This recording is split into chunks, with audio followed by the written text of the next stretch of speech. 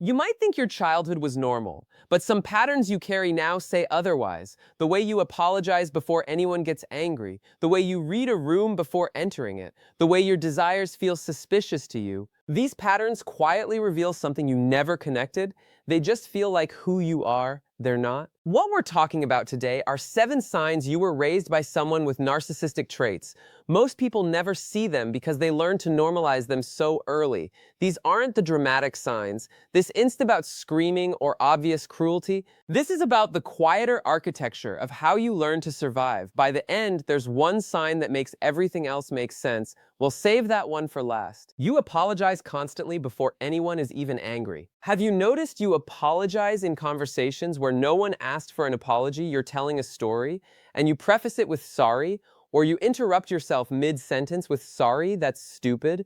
Someone disagrees and your first instinct is, I'm sorry, you're right. This isn't politeness. This is a nervous system trained early to preempt anger. In a narcissistic household, one core survival mechanism is becoming the person who diffuses tension before it happens. You learned that if you apologized first, you could control the temperature of the room. You became the person who took responsibility for everyone else's emotions. Apologizing became the reflex that kept you safe. Children raised in unpredictable emotional environments develop hypervigilance. They're constantly scanning for danger. The apology wasn't about genuine wrongdoing, it was about survival. It was about saying, I'm aware I might be the problem, so please don't escalate. And now decades later, you do it automatically. Before your partner even registers frustration, you're already apologizing. Every apology you give without genuine fault is a moment you're still treating yourself as the source of other people's emotions. You're still a child in a room with someone who made you feel responsible for their feelings. The beginning of changing this is noticing it, not judging it, just noticing. Your emotions feel like a burden, like they make things worse. You have a difficult emotion, and instead of letting yourself feel it, you immediately think about how it will affect everyone around you. You imagine telling someone, and you can feel the weight they'll have to carry. So you become very good at saying, I'm fine when you're not. You've become a person who doesn't burden people with how they actually feel. In a narcissistic system, your emotions are only acceptable if they serve the parent's narrative or if they can be minimized. If you were sad in a way that made the parent look bad, you learn to hide it. If you were angry about something unfair, that anger was treated as ingratitude or disrespect, your emotions weren't validated. They were redirected, reframed, or punished. You learned very quietly that your inner world was a problem.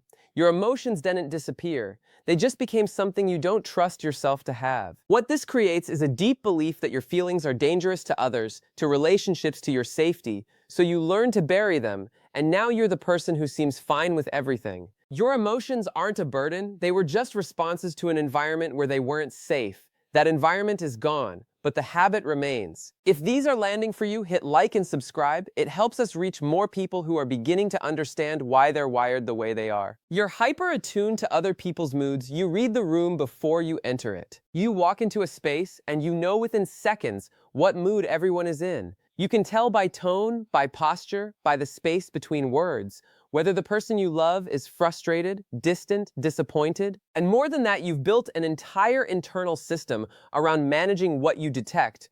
You've become a translator of other people's emotions, a person who knows before anything is said what they need to do. This wasn't intuition, this was survival. In an environment where someone's emotional state determined your safety, you had to become an expert at reading those subtle shifts. You had to know the difference between anger that would pass and anger that would turn on you. You became so attuned to others that you lost the ability to attune to yourself. You know what everyone else needs. You have no idea what you need. And here's the cost of that. You're now a person who is constantly outside themselves. You're always reading, always adjusting, always anticipating. You're never quite relaxed around other people. Because part of your brain is always on alert, your nervous system never gets to rest. Even in safe relationships, you're doing this work. And because you're so good at it, most people have no idea how much energy you're spending. The shift happens when you realize that other people's emotions aren't your responsibility to manage. You can notice them, you can care about them, but you don't have to fix them. Your achievements feel hollow. Even when you succeed, something feels missing. You've accomplished things, real things, difficult things, but when you succeeded, you didn't feel the relief you expected. You didn't feel proud. You felt something closer to a hollow echo, a moment of external validation that never quite landed inside. In a narcissistic family system, achievements were rarely celebrated for what they meant to you. They were either ignored entirely or absorbed into the parent's narrative. They became proof of the parent's good parenting, or they became a higher bar to reach next time. You never got to own your success. It was always refracted through someone else's need. So you learn that achievement doesn't feel good, it just feels like the next place you have to defend yourself. You internalize the message that your accomplishments weren't really yours. What that creates is a person who can succeed externally, but can't actually feel successful internally. You reach goals and they feel like checklists completed. You get recognition and it feels like pretending. You've become very accomplished at things that feel meaningless to you because you were never allowed to want them in the first place. The deeper piece is that every achievement now is unconsciously measured against an internal voice that says that wasn't good enough, someone else did it better. That voice isn't you, it's them, still narrating your life. You over-explain yourself, you justify everything, even small choices. You have an opinion, and before you even state it, you're already building the case for why you're allowed to have it.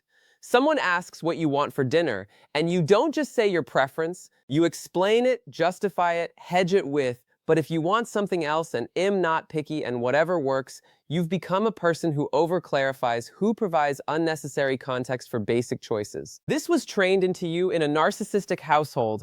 Your autonomy was often treated as an act of defiance. If you wanted something different from what the parent wanted, you weren't just wrong, you were selfish, ungrateful, difficult. So you learned to make your wants smaller and to wrap them in explanation and justification, as if having your own preference was something that needed defending. What over-explanation does is it buys you time. It gives the other person space to interrupt, to redirect, to override your choice. It signals, I'm not actually committed to this, I'm open to being talked out of it. And people sense that, and over time you train people around you to dismiss your stated preferences because you've already dismissed them yourself. The ones who truly feel safe with you notice this.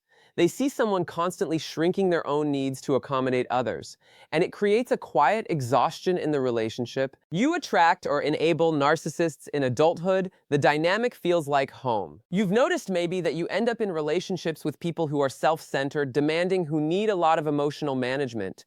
Or you've noticed that you're the one doing most of the emotional labor. You might have thought it was just bad luck, but it wasn't. What happened is this: you were trained in narcissistic dynamics from childhood.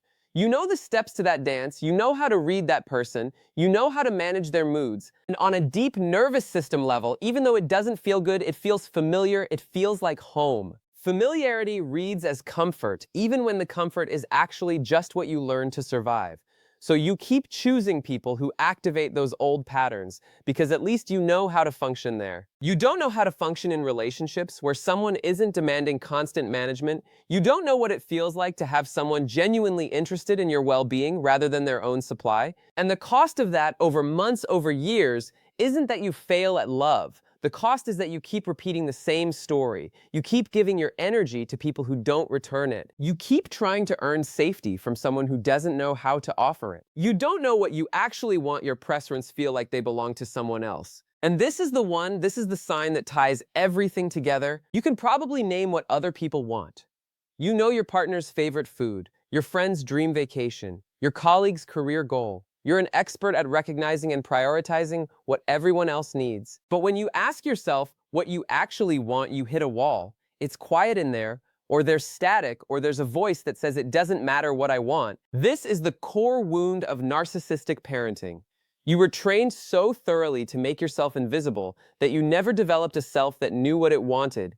Your preferences were overridden so often that you learned not to have them. Your desires were treated as less important than someone else's need for so long that you stopped asking yourself the question altogether. And what this creates is a person who is profoundly lost. Not because you're incapable, but because no one ever taught you that your own wanting mattered.